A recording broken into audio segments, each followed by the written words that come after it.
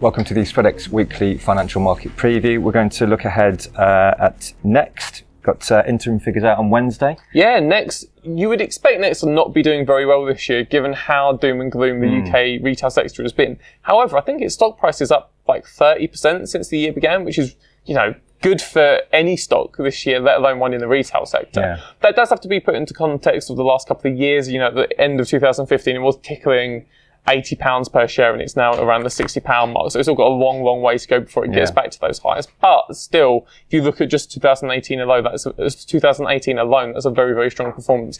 The crux of its growth really centered around May's first quarter report. There, I think total sales were up 6% for the quarter. That was sort of like the 4.8% drop in the retail, high street sector, which was expected, countered by a really, really strong 18% rise in the online offerings. That online sector of Next really being the differentiating factor between it and, say, a company like M&S. That allowed it to sort of completely revise its full year guidance. I think now it's expecting full year sales to be up 2.2%, which is sort of a 1% rise for the period, not including the first quarter.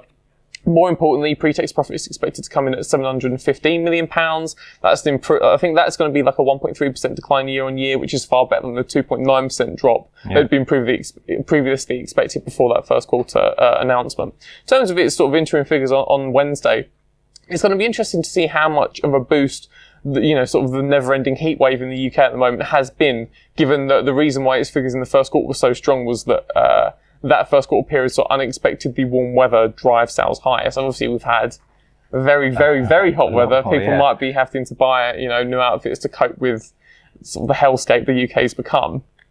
So that could see Next figures get another revise. Its guidance get another revisement, to even better levels than it posted in the first quarter.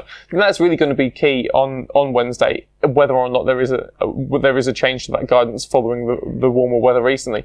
If not, then I guess investors at minimum are going to want to see sort of that 1% sales growth to keep it on track to hit that 2.2% sales growth by the end of the year. From a client's perspective, despite it having climbed very high, I think in mid-June it was at 27-month highs, they're still buying around the £60 mark. Obviously that does carry risks, given that Next is the kind of company that tends to downplay expectations in one report. So with the Next, it can sort of surprise investors with better than expected figures. And given that the last one was the good one, then you could perhaps be in line for a slightly less cheery one on Wednesday. But like I said, our clients are still happy with how Next is doing at the moment, especially given the wider retail sector, and are buying fairly heavily around £58 to £60. Okay. Thank you very much, Connor.